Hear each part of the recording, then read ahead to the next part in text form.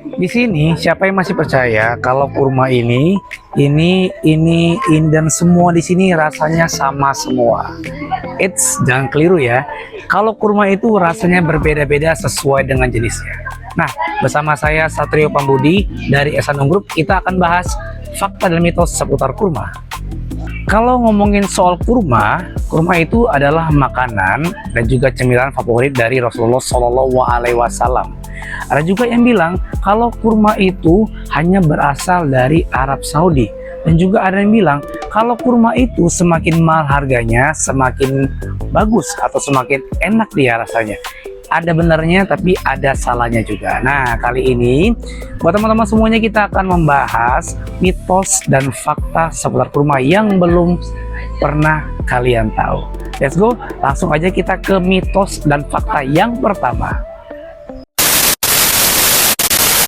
Mitos yang pertama, semua kurma rasanya sama. Nah, ini mitos ya. Faktanya adalah kalau kurma itu rasanya berbeda-beda teman-teman. Sini yuk. Nah, ini di hadapan teman-teman semua nih ada berbagai macam jenis kurma. Ini adalah kurma Tunisia, ini adalah kurma Mesir. Nah, ini adalah kurma Keniji. Kita cobain satu persatu ya, biar percaya teman-teman ya. Ini versi saya ya. Nih, ini kurma Tunisia. Bismillah.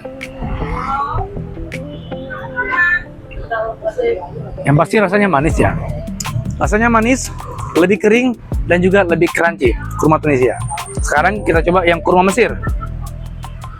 Nih, bismillah. Lebih manis daripada kurma Tunisia, dan juga ada tekstur seperti pasir-pasir ya. Saya sih lebih suka kurma Mesir. Sekarang mari kita coba kurma Keniji. Nih, kurma Keniji ini seperti kurma Ajo ya. Nih ya. Bismillah. Lebih lembut teksturnya, manisnya juga lebih pas, tidak terlalu manis, lebih enak ini menurut saya. Nah, jadi kalau yang bilang semua kurma itu rasanya sama, beda ya teman-teman ya. Tunisia beda, tidak terlalu manis.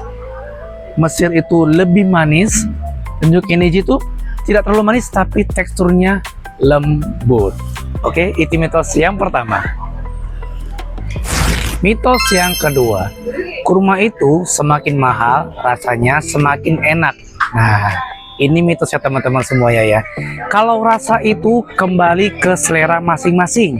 Ada yang suka kurma Tunisia, ada yang suka kurma Halas, ada yang lebih suka kurma Bam ya, ada juga yang lebih suka kurma apa tadi namanya ini? Kurma Mesir ya. Jadi itu sesuai selera. Emang yang paling mahal itu adalah kurma Ajwa, dan juga ada kurma Mejol yang paling mahal ya. Tapi kalau teman-teman tanya ke saya itu paling suka di kurma Mesir. Nah, selain manis rasanya, tekstur pasir-pasirnya tuh enak banget di lidah, dan juga rasanya lebih murah daripada kurma-kurma yang lainnya. Jadi ini hanya masalah selera. Mau harganya 50.000 sekilo sama yang 300.000 sekilo, itu kembali ke selera ibu-ibu semua ya. Kalau saya pilih yang ini, kalau kalian pilih kurma yang mana? Oke, itu yang kedua. Mitos yang ketiga, kurma hanya dimakan pada saat Ramadan. Nah, ini salah besar ya, ini salah besar. Kurma itu tidak hanya dimakan pada saat Ramadan. Kurma bisa kita konsumsi setiap hari ya. Bahkan ada juga teman-teman di sini yang mengkonsumsinya setiap hari. Kenapa? Karena dia kerja di toko kurma. Ya. Ya, termasuk saya sendiri. Ya, saya juga selalu makan kurma setiap hari. Kenapa? Karena kurma itu memberikan energi yang sangat luar biasa bagi tubuh. Bisa menjadi pengganti karbohidrat kita juga ya, selama kita kerja menjaga toko. Bener nggak, Mas? Coba tanya Kak Intan. Kak Intan makan kurma sehari berapa, Kak? Aku makan kurma sehari 3 butir. Sehari 3 butir loh. Oh iya, kenapa harus 3? Kalau dalam ini, kalau makan kurma itu harus ganjil sih. Bisa 1, bisa 3, 5 ataupun 7. Oh, itu sunahnya ya. Nah, jadi teman-teman semuanya kan, jadi makan kurma itu tidak wajib di Ramadan aja, bisa setiap hari kita konsumsi. Nah, ini buat teman-teman yang pengen hidup sehat ya, pengen diet, bisa makan kurma, atau mungkin sebelum pergi olahraga, sebelum pergi nge-gym, itu bisa menjadi penambah power ya, penambah energi untuk kita berolahraga. Nah, itu dia mitos yang ketiga. Mitos yang keempat, semua kurma berasal dari Arab. Nah, ini salah besar teman-teman semua ya. Kurma itu dibudidayakan di banyak negara. Yang pasti yang pertama ada Arab Saudi, ada juga Tunisia, Aljazair, Palestina, ada juga dari Indonesia, ada ya di Bandung ya. Di Bandung, di Indonesia juga sudah ada kebunnya. Kemudian di Aljazair ada. Kemudian juga ada di mana lagi, Mas? Sukabumi. Sukabumi ada. Di Mesir juga ada, karena ada kurma Mesir di sini.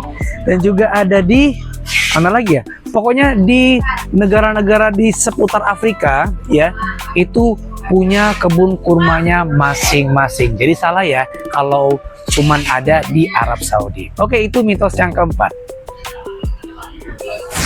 Mitos yang kelima, kurma yang berkerut berarti kurmanya sudah jelek. Nah, Mas ini Mas, lihat sini. Lihat nih. Ini adalah kurma ajwa, kurma yang paling mahal, kurma yang paling nabi, yang paling berkerut. Nah, pertanyaannya, apakah ini udah nggak layak? Apakah ini sudah jelek? Coba ya. Kita buka tuh. Tuh, dalamnya masih segar banget. Bismillahirrahmanirrahim. Lembut sekali, tidak terlalu manis, ada juicy-juicy sedikit. Yang pasti ini banyak dari jamaah yang paling suka kurma ajwa karena lembutnya tadi. Jadi emang teksturnya berkerut-kerut. Kenapa? Karena kalau dia mengering, semakin mengering kurma, dia itu semakin berkerut karena kadar airnya semakin hilang dari kurmanya. Jadi itu dia intinya. Jadi bukan berkerut itu tidak baik ya. Yang perlu kita perhatikan adalah jamur-jamur yang ada di kurma, bukan tekstur berkerutnya. Nah, itu adalah mitos yang kelima. Oke, jadi buat teman-teman semuanya, di antara mitos-mitos yang tadi, siapa tahu teman-teman punya mitos-mitos yang lain, boleh di-share di kolom komentar. Atau mungkin yang baru aja tahu, oh ternyata seperti ini ya kurma itu, boleh diramain di kolom komentar. Kalau ada kata-kata yang salah dan juga kurang berkenan, mohon dimaafkan. Sampai bertemu lagi di fakta dan mitos seputar kurma lainnya di channel kita di Ehsan Group. Wassalamualaikum warahmatullahi wabarakatuh.